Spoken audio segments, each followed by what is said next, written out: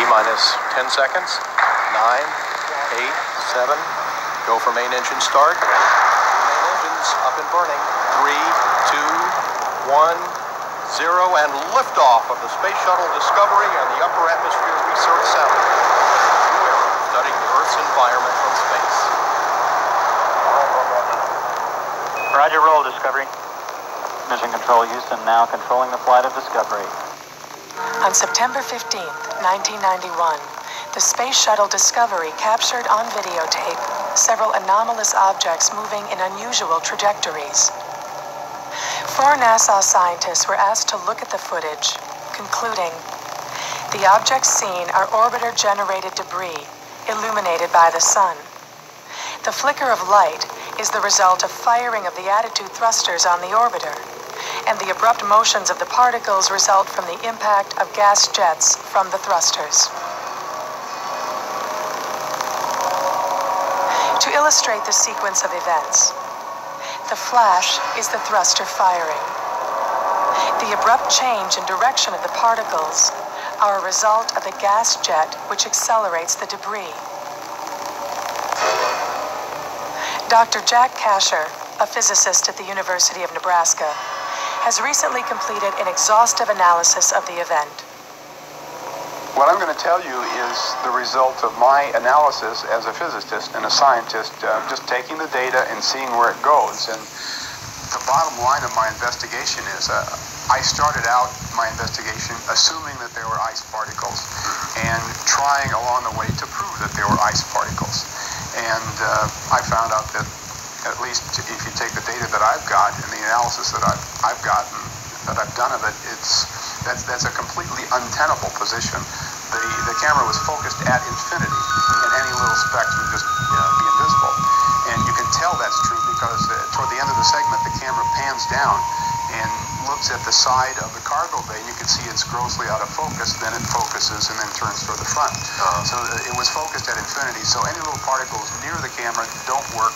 Ice particles don't work, and after that, there aren't many options. And meteors, absolutely not. They don't change direction, and space junk, satellites don't change direction. And there are no other options. These are objects that are clearly at times above the air glow, and so they're maneuvering, and they are in outer space. Therefore, they're spacecraft. I don't see any other interpretation that you can have. They are some kind of spacecraft.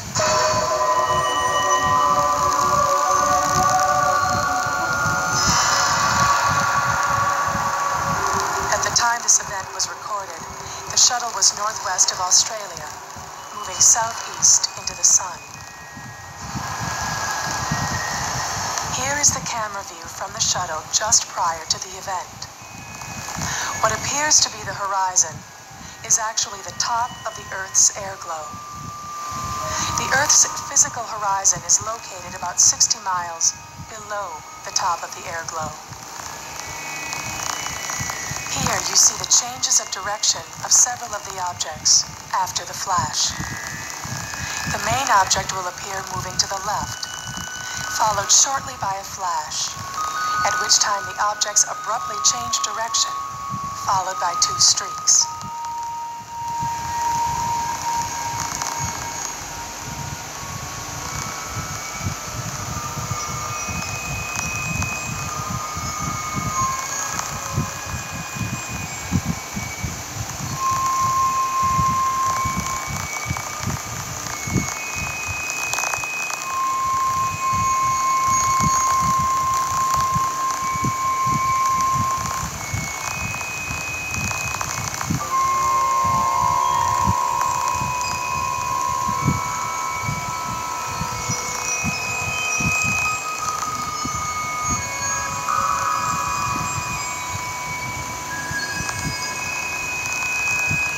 This is a close-up of the same sequence, screen right, showing several objects at the time of the flash.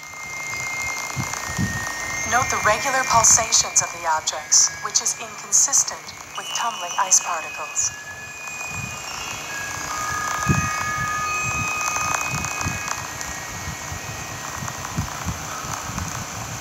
Shortly after, the camera pans down to the shuttle bay.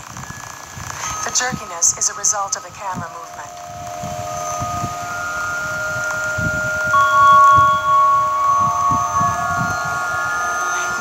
This object, when silhouetted, appears to have the shape of a domed disc.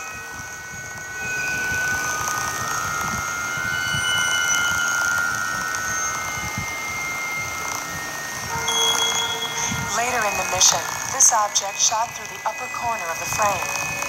Enlarged and slowed down, it also appears to be disc-shaped with a regular pulsation.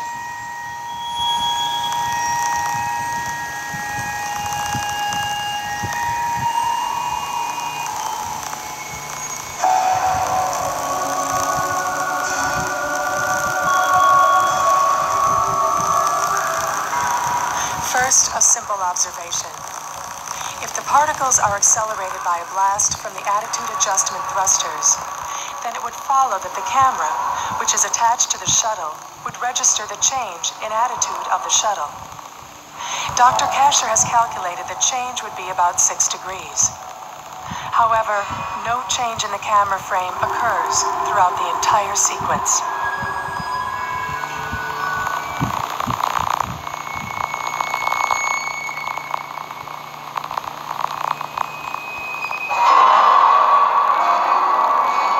Another simple observation is if the abrupt motions of the particles result from the impact of gas jets from the thrusters, then the trajectories of the objects should trace back to the source of the acceleration on the shuttle. As shown in this illustration, that is not the case.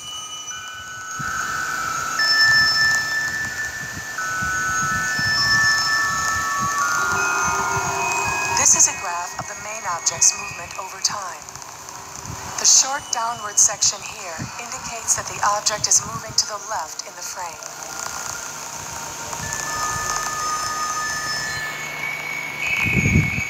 The upward section indicates that the object has changed direction and is moving to the right in the frame.